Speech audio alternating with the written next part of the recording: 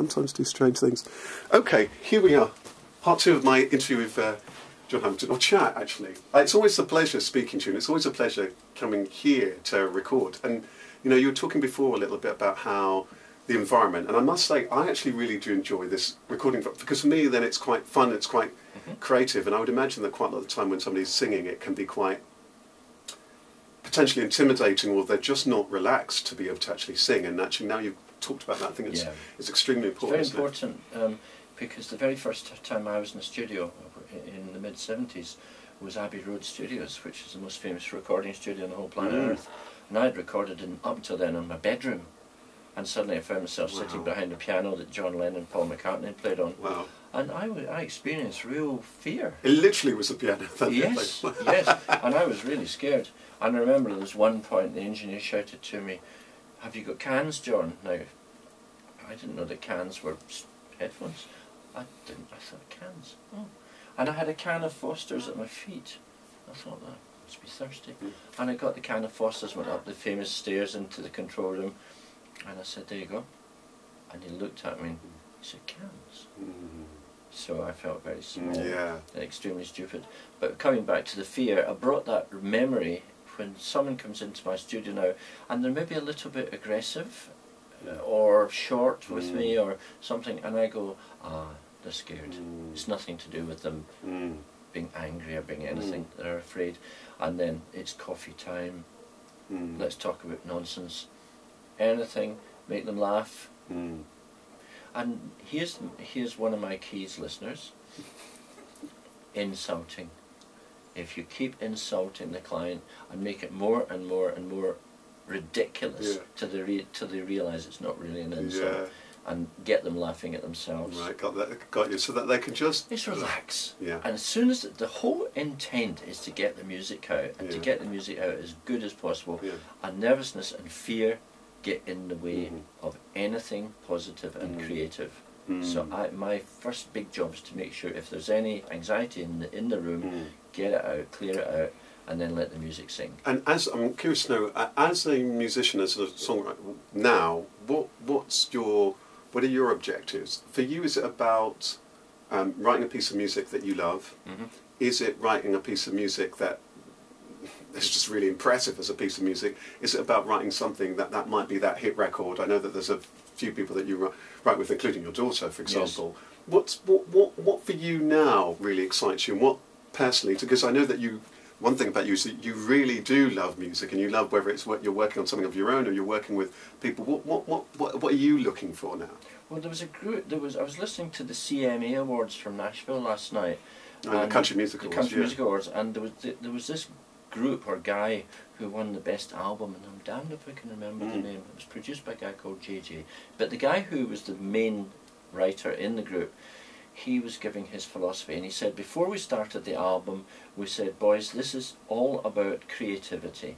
We have to push the envelope. We don't want more of the same.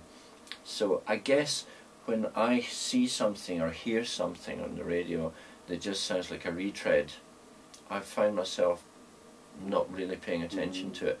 I would rather hear something I didn't like, where it was fresh, and they were trying to say something new. And if it doesn't work, so how do you balance when with the art when you've got artists? But that's my philosophy. That's your philosophy, yeah. So when you've got philosophy, I'll put onto other writers. No, but when somebody does, I'm curious. When somebody comes in here and they're anxious, they want the hit records, and they're doing that, but you're mindful also, you're wanting to get their artistry out. Yes. How is that you combine the two? Because I know that when I was pursuing music, I would be very much, I actually wasn't that present probably. I was partly present probably when I was putting my vocal down, but not the rest of the kind of stuff. How do you combine that trying to get the best out of that song and that hit record that somebody's wanting, or, you know, whether, and we all know that can be elusive.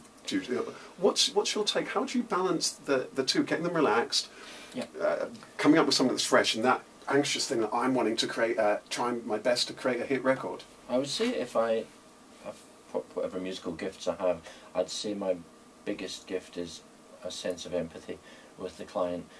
So I don't impose my own values, my own artistic value judgment onto what the artist is doing, unless they be completely mental, in which case I'll try and steer them.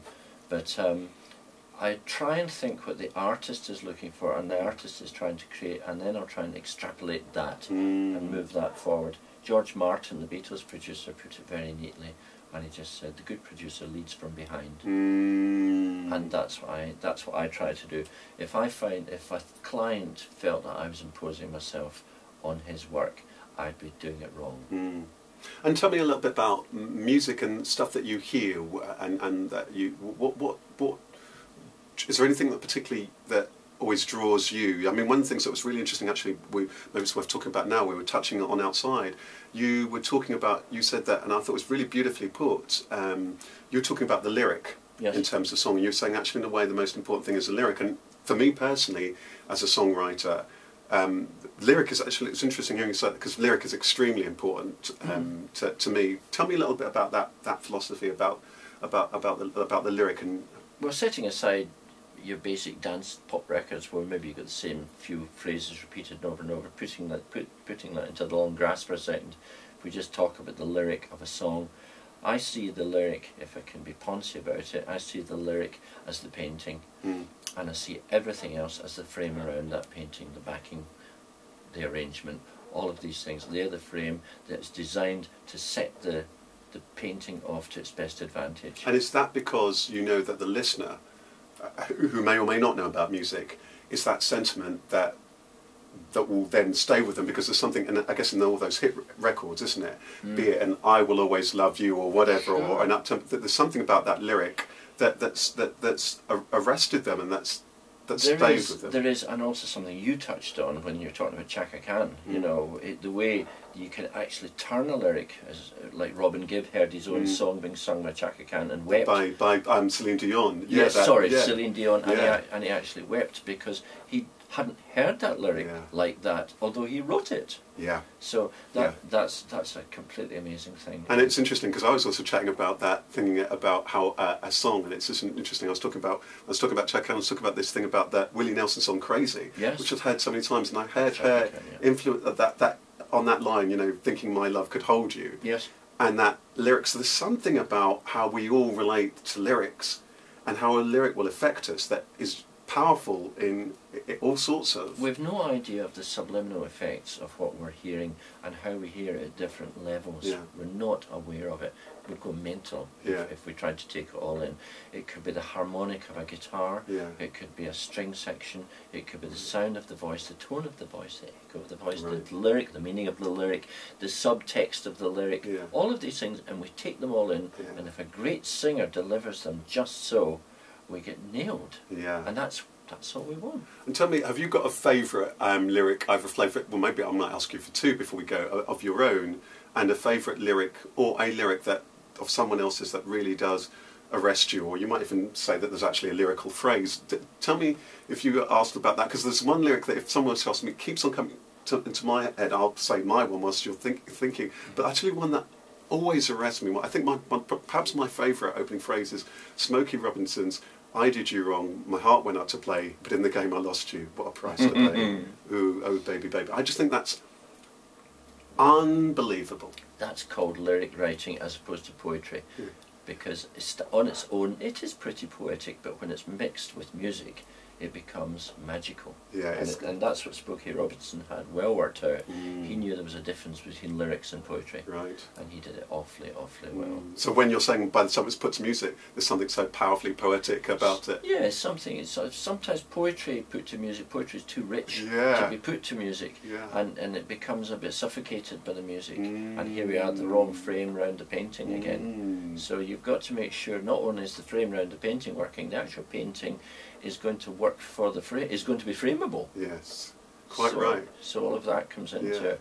I've written a few nice lyrics recently, brought to my attention by my daughter, because she said, "Oh, I really like that line." So I've written a song called "Hollywood Cliché," which is about a little girl who was done wrong by a bad man, and how she adopts various screen personalities through this 3.5-minute journey, and at the end she takes her baby daughter to assume the screen identities of Thelma and Louise, and she drives a car off a cliff and kills herself. Now, it's actually done very light-heartedly. believe it or not, folks.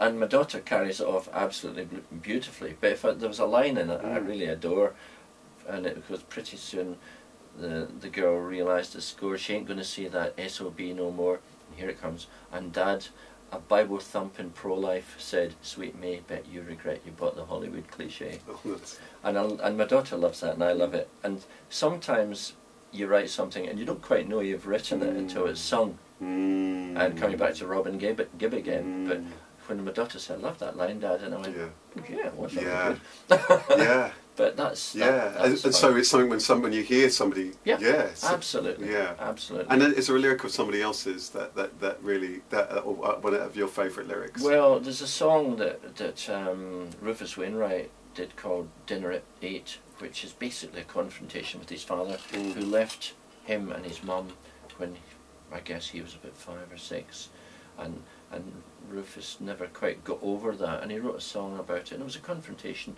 And the middle 8, it starts, "Put up your fists and I'll put up mine," and he's challenging his dad to fight, and I seldom hear it without filling up. It's partly because I left home when my children were in their early teens, and I relate very, very much. I mean, it's a different story, but I relate to it in a way, and it.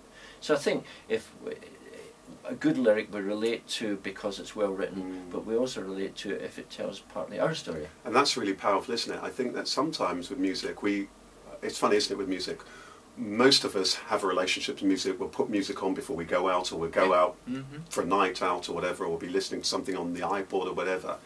And sometimes people think, okay, somebody's doing music, and but we often forget just how powerful it is all round. And what you just said there is very, very powerful about how it just is so profound. I mean, I think that it was funny, we were playing something that we were working on earlier on, and we played it back and listening to it, and even when we were listening back to it, I suddenly realised, wow, there's something special about it. So that it's a bit of it's a chunk of our life. Yes.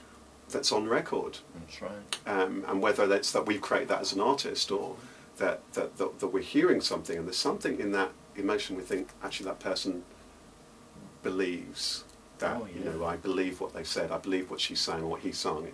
That's a great trick. If a singer can draw you into their story and make you suspend disbelief, because it might be a complete fiction, but that's the great thing about storytelling. It doesn't have to be something that you relate to in your personal life. It can be just something like a story about a family of wolves being hunted down by hunters, and you feel sorry for the wolves. Well, we're not wolves, but if the story's told properly, we'll root for the wolves and not worry too much about the sheep. And that's the magic of what song can do. It's the magic of conveying something in a way that, as I said, suspends disbelief. And I just wanted, before we close, just ask you about. I guess we started off by talking about, you know, lots of singers that you see and lots of people who are aspiring or beginning their careers, and they're coming in here.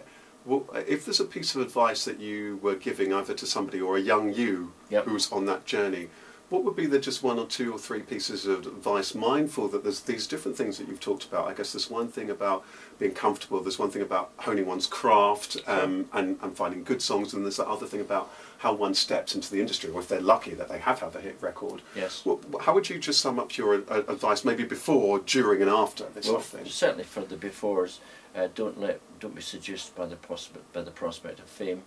Do it for the right reasons. Do it because music thrills you and excites you and fills you with emotion. If you're doing it for these reasons and you've got a bit of talent, here's my 3 ideas. You've got to have talent, and then you've got to have persistence, unfailing persistence, which means abolishing fear, and finally a bit of luck. And if these 3 things coincide, put it this way, viewers, if you've got talent and you persist there and you're really solid with them, luck always comes along. It always comes along. You've just got to recognise it and grab it, and then something will happen. Wonderful. And actually, I couldn't agree with you more. I just want, whilst you're here, to talk a little bit about finding the right people to work with, because actually for a long time I was very lucky when I worked early on in music and found a brilliant co-writer. Then there'd been a while where I hadn't, and I think that people don't often talk about finding the right chemistry, the right people to work with. Now, whether that's within a band or you're working with a producer, because one of the things I really like is working with you, because you get where I'm coming from, the madness that's in my musically in my mind, or what it is I'm trying to create, musically. Because what advice would you have to people in terms of people who it is that they choose to work with? Because you've seen this, you've been in a band, you're still playing bands, you've worked with all sorts of people. People coming here. What should people look out for, and how do you get that right? That's a tough one. As it applies to me, because I'm a complete chameleon, I've taught myself to be a chameleon. Most people aren't. So if someone comes in here who's very bubbly and bouncy, I'll be bubbly and bouncy right back and make them. And someone's shy, I'll be quiet and reserved. And so that's a gift you have. That's my gift. Your gift. For someone else coming into a relationship, because I guess that's one of those things, isn't it? I mean, because I guess that must be a huge challenge, because there's often the bright lights and so on. But how does somebody find the people that they should be working? Whatever is it trial and error? Is it again trusting your heart? Because maybe partly as well as a coach, I feel that getting the right people right and just trusting, seeing if it feels right, just like as a song would be almost my advice. Well, okay, if we put it in terms of a relationship between a couple, if it's a good one, they know quite quickly that it's going to work, and there's often a distinct lack of logic attached to that. It's something to do with feeling. Yeah. And you just feel something is right, and you go, this is going to be good. And that's talking about a relationship, but if you're talking about partnership in music and a cooperation in music, that feeling should trust your feelings, is what I would say. And that could be whether it's with a bandmate, whether it's somebody you're working on in the studio, or even... And if I added a corollary to that, don't rely too much on logic. Because logic might take you into places that you don't want to be. Logic's an assist to instinct. I couldn't agree with you more, and I think that's brilliantly put. Hey, that's a little bit of poetry there. I just want to thank you very, very much. It's been a real pleasure, and I guess we should get on with actually creating some music. We're just playing one of the last things we worked on, and let's get on with some more music. A real pleasure. I'm going to leave you to smile at the camera as I turn off the camera, but thank you very much. Thank you. Thank you. What fun. What fun.